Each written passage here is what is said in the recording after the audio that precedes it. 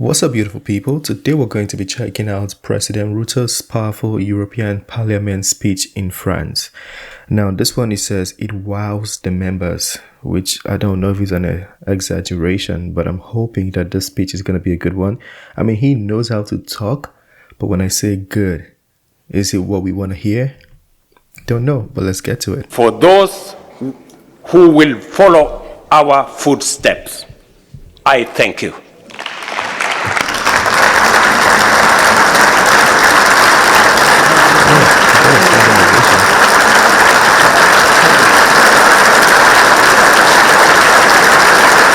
Everybody stood up but that one man. I need to point him out. Why didn't he stand up?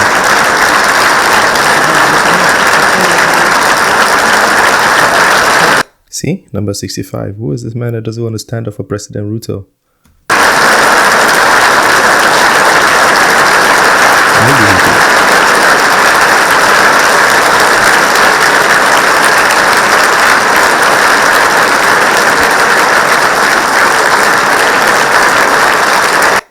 As we navigate a new era of global interdependence, this needs to evolve into a reciprocal relationship, a shift towards a more balanced and equitable global partnership with the deliberate transfer of technologies and intentional flow of capital to the global south.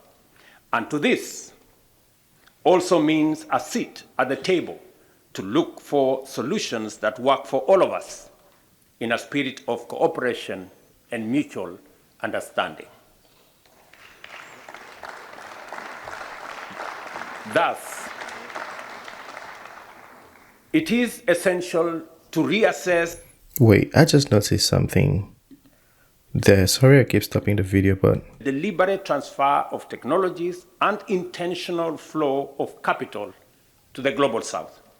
And to this also means a seat at the table to look for solutions that work for all of us in a spirit of cooperation and mutual understanding. Thus, you see? Did you notice it as well?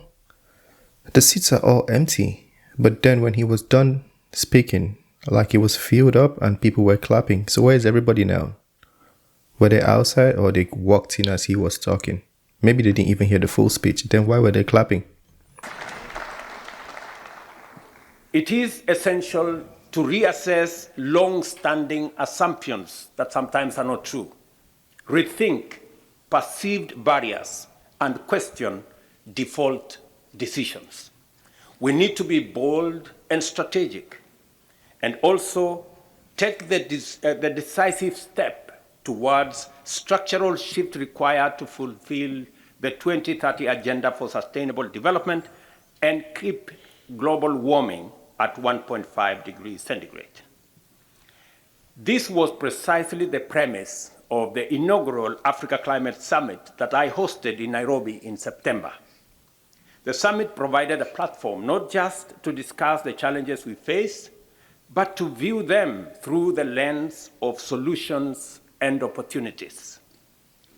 Therefore, I'm hopeful because there exists a real opportunity, an opportunity to reach sustainable, equitable prosperity for all of humanity, an opportunity for the European Union to accelerate its race to net zero, decarbonize its industry, and build the economy of the future. And an opportunity for Africa to provide security and stability for all Africans while taking its rightful place in the 21st century economy. The Africa Climate Summit culminated in the... If Africa wants to take its rightful place in the 21st century economy, it's going to be at the top. I mean, how many continents have more resources than Africa? So if you're talking about a rightful place, then we have to be number one in every discussion and in every spot. Just saying. The Nairobi Declaration, which sets out the vision and a pathway for Africa to be a vital part of the global solution to the existential climate change challenge that we all face. The declaration captures the consensus of the African government leaders for climate-positive growth. We have the world's biggest untapped renewable energy potential, the youngest and fastest growing workforce and human capital. Very true. And relevant natural resources and assets. 60%, for example, of the world's best solar potential is in Africa, as well as 60% of the remaining unused arable land in the world. These assets create an inherent ability for Africa to produce green from the start, cost-competitive products and services, and to provide some of the highest quality carbon removal services anywhere in the world. When it comes to green economy, our reality is marked differently from that of Europe. Over 600 million Africans are deprived of access to energy, a fundamental prerequisite for dignified living and the provision of basic yet vital services like health and education. So when he says deprived, who should we blame for that? Should we be blaming our African leaders for that? Or is it a thing we push to the global stage? Because a lot of people would argue that some of our African leaders signed deals that were unfavorable for Africa and, as a matter of fact, putting Africa in these situations.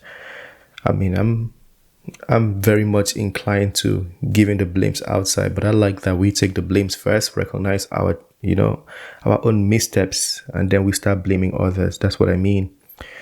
But yeah, that's a good point he made, though. Adding to this is the fact that almost 1 billion Africans lack access to clean cooking. While the global narrative often emphasizes energy transition, for most of Africa, it is about energy growth, energy expansion, and energy access. True. It follows that how Africa takes on this challenge will matter a great deal both regionally and globally. It will matter whether Africa can transform into a green powerhouse that helps the world decarbonize. Equally important is the focus on providing education and opportunities for youth of Africa. By investing in education and skills development, in our young population, Africa can create a vibrant, self-sustaining economy that offers its youth compelling reasons to build their future at home in Africa. This approach, underpinned by structured migration, can alleviate the pressure on regions like Europe, which increasingly rely on economic migrants to maintain their standards of living. Mm-hmm. Canada is almost getting the same way too. So if you don't understand what he's saying, there are some countries that really the economy is based on international students, tourism, basically based on people coming to their nations.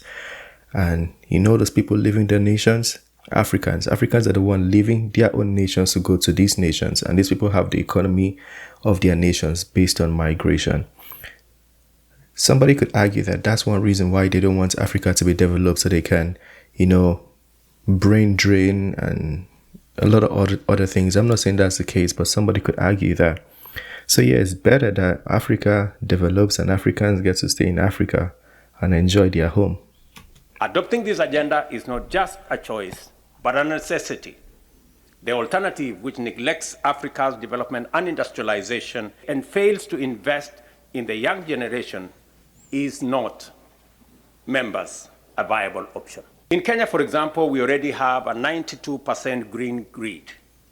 Our challenge is not how to get that to 100%, because we will.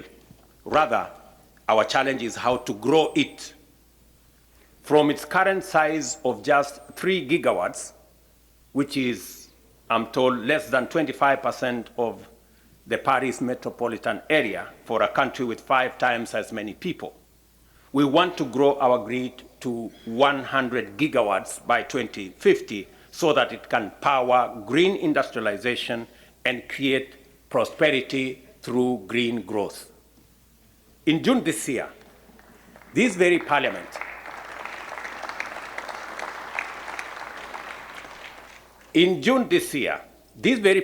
adopted legislation to create the enabling environment for the domestic production of 10 million tons of green hydrogen by 2030 and import and the import of a similar amount in order to green EU's industry. African countries are recognized as potential producers of this green hydrogen, and we welcome the collaboration. Kenya, for example, is developing a plant to produce green fertilizer, which will reduce our import dependency, and we have an opportunity to export green hydrogen from our geothermal resources to Europe. Another EU-relevant example is bauxite. Africa currently mines 25% of the world's bauxite, yet exports almost all of it in raw material. If Africa's renewable energy potential were deployed to smelt currently mined bauxite into aluminium, we could save millions of tons of CO2 equivalent and generate hundreds of thousands of jobs in our continent. Absolutely. And aluminium is just one example of many. Right. Green steel is another. Not to mention Africa's significant global deposits of critical minerals, or our potential to produce sustainable fuels.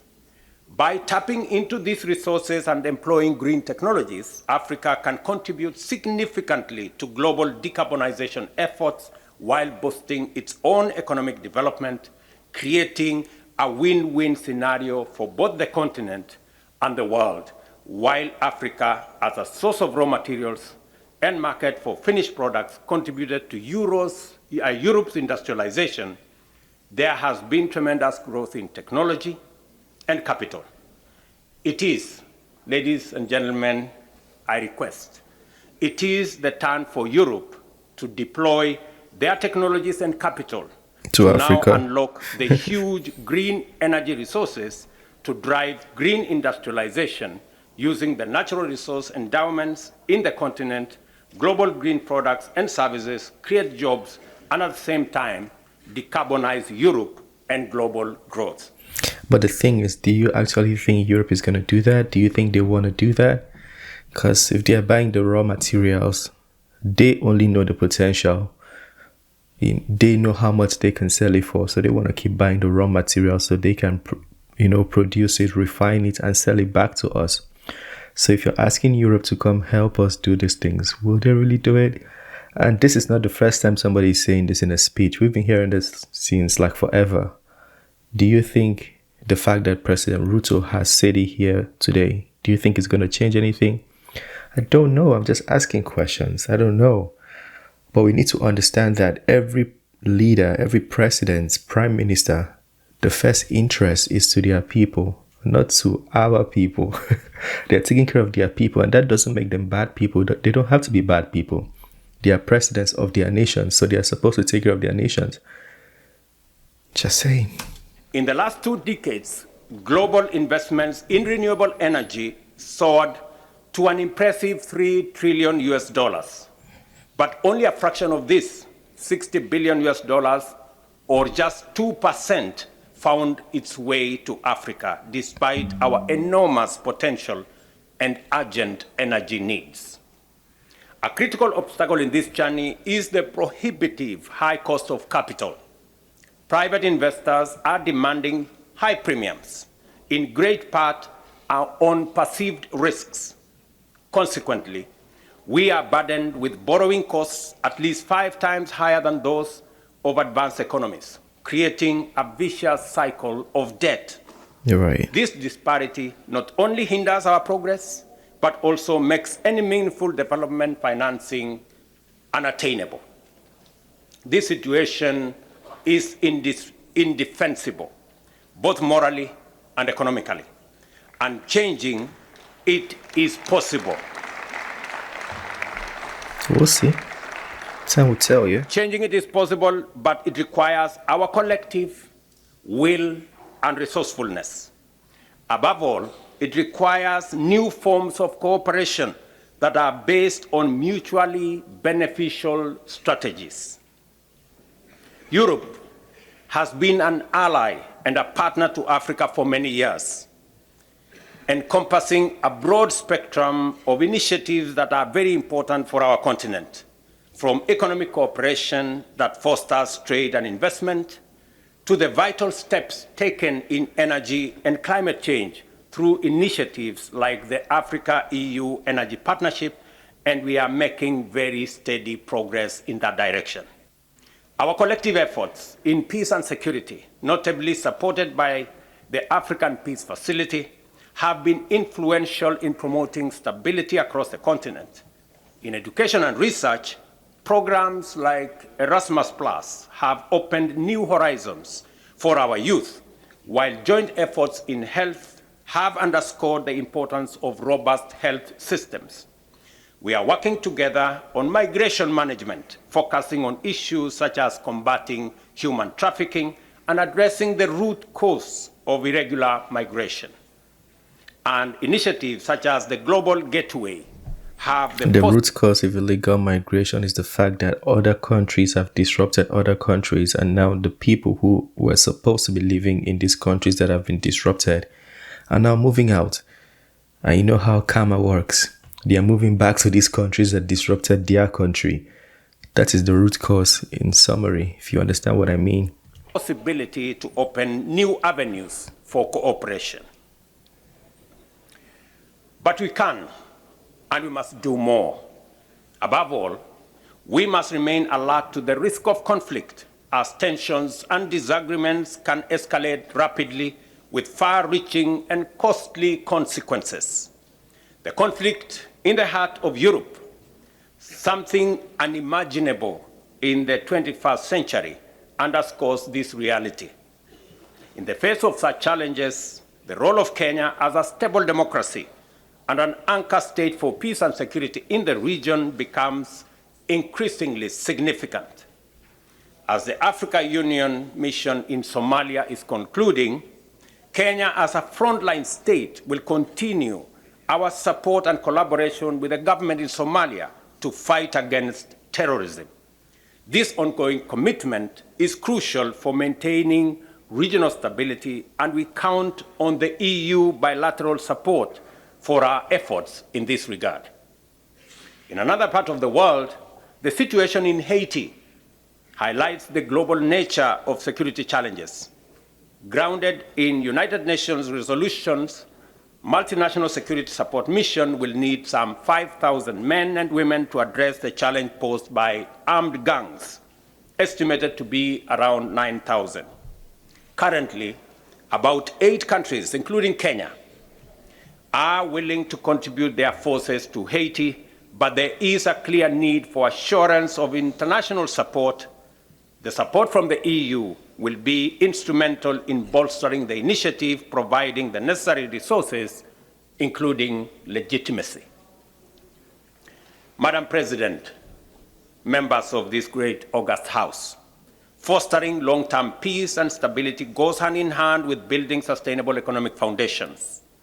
And Africa is mapping out the road for green industrialization and prosperity, so that it can play its rightful role in shaping a better future for all. In this endeavor, see, they walked in while he was talking. The seat is getting full. Its rightful role in shaping a better future for See, the seats are getting occupied now. all. In this endeavor, the partnership with Europe and Africa must embody a reciprocal relationship grounded in shared objectives and cooperative effort. This synergy has the power to drive transformative results for both continents. Concrete, actionable steps are the key to realizing this mutually beneficial vision. Africa's journey to become a green industrial powerhouse needs the right type and amount of capital, especially in renewable energy and infrastructure. Such investment could catapult Africa to a future where energy access is universal by 2030, simultaneously slashing emissions from energy generation in Africa by 80%. Secondly, there is a necessary complement to capital: market access. In fact, one of the biggest contributions that EU can make to both addressing poverty in Africa and achieving global climate goals is through its demand for green products and services, including for carbon credits. Africa wants to compete. Crucially, we are not asking for further exemptions or a lower bar, but with high requirement on quality and integrity.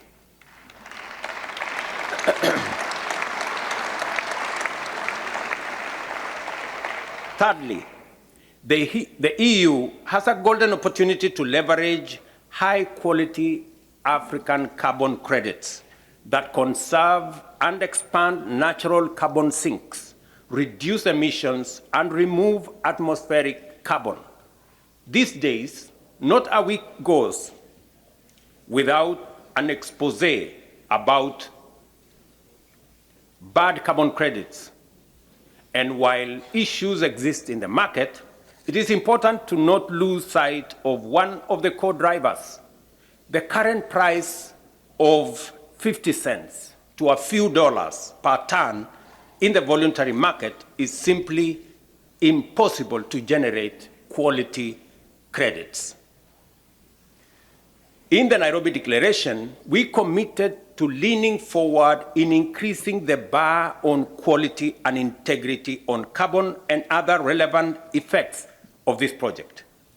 It will be that much easier to do so with the prospect of market access. In Kenya, the draft carbon markets regulation is in the final stage of finalization. And we believe that using this carbon credit instrument, we can create resources to not only expand our growth, but also decarbonize global growth. I like how he structured the speech. I want to just share in case somebody's not picking up. So he's not coming here to say, even though it might seem like it, actually it is it, but he's not just saying help Africa, help Africa. He's saying, when you do this for Africa, this is how it affects global growth. When you do this for Africa, this is how it affects global growth.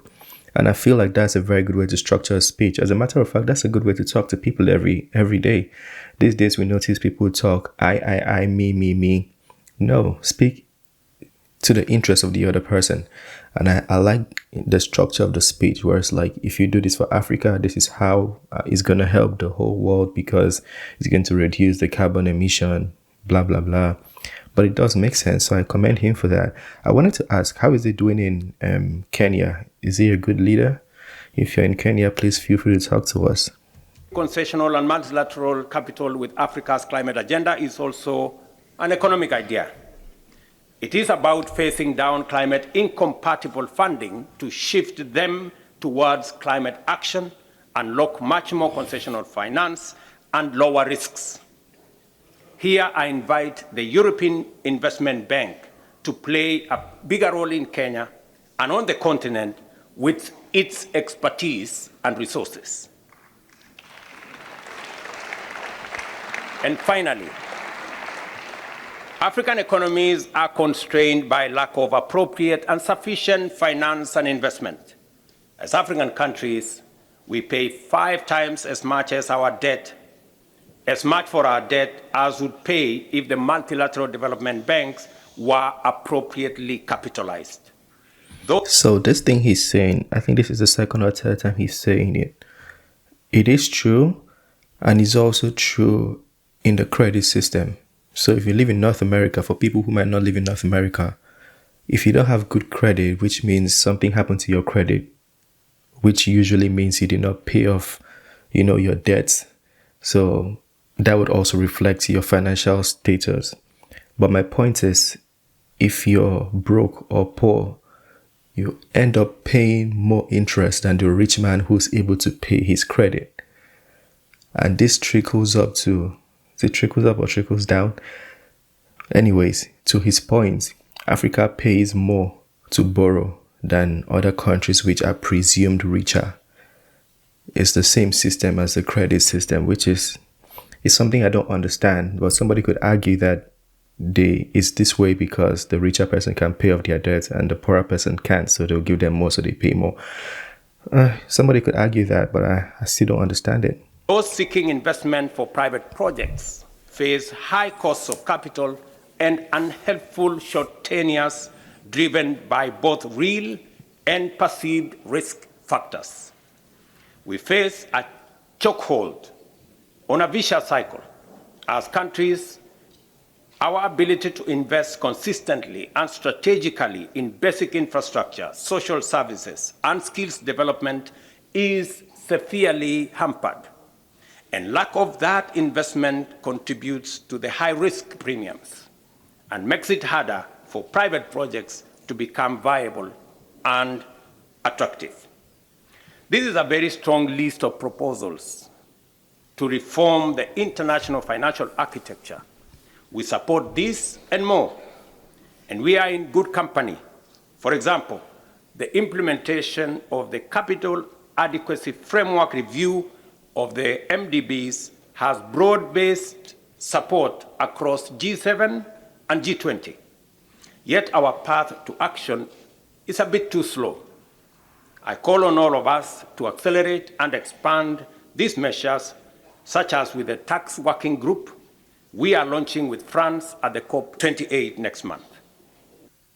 Europe is a significant investor and trade partner in Africa, a relationship that has been fruitful over the years. Our collaborative efforts have helped generate millions of jobs and enhance livelihoods across the continent. This partnership is not only a cornerstone of our past and present, but it is also crucial for our future. I extend a warm invitation to European companies, institutions, and organizations to explore the many opportunities our continent has to offer. Join us in a collaborative endeavor to unearth and develop solutions that leverage our respective strengths, drive innovation, and benefit not only Africa, but also contribute to global progress. Because our story does not stop with our two continents, this is a global story. The demands of our time are great and full of uncertainty. Addressing this effectively hinges on a robust commitment to multilateralism and international cooperation. However, it is increasingly clear that the institutions and structures established in the 20th century are not fit for purpose anymore. We must ensure they are equipped to address contemporary challenges and pave the way for inclusion, equality, and prosperity. This calls for a fundamental redefinition of international cooperation. We must move beyond arrangements that perpetuate cycles of indebtedness and dependence. Our aim should be to bring about real, additional financing that does not merely escalate debt burdens or facilitate the extraction of profits. Cooperation that does not lock in developing countries in fossil fuel dependency, but allows them to advance alongside the rest of the world in the transition to sustainable energy. Genuine partnerships that prioritize people and their well-being on a livable planet. In today's interconnected world, where the fortunes of all nations are tightly woven together, a new era of cooperation and collective action is necessary for a prosperous and peaceful world. In the face of threats that transcend borders and oceans, it is essential to adopt a clear-sighted and unified approach to confront climate change, combat poverty, and tackle conflict. Madam President,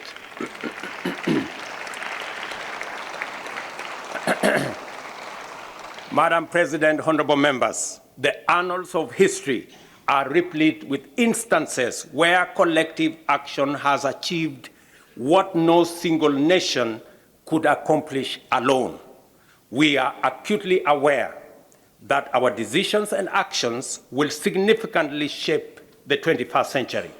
Years from now, future generations will reflect on this era, scrutinizing the choices we make in this moment. Let it be said that we were visionary, not just preoccupied with the present, but deeply invested in the future. Let our legacy be one of foresight, collaboration, and solidarity.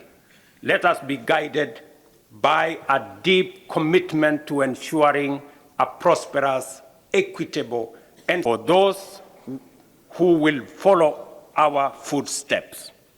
I thank you. Good speech.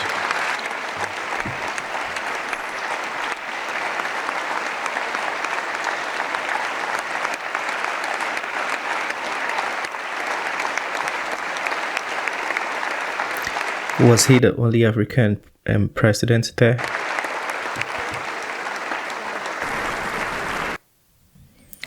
Okay, that was a very good speech. He got to touch on everything, or touch on a lot, because I don't want to say everything. Africa has a lot more. But he got to touch on a lot. Amazing speech, well delivered.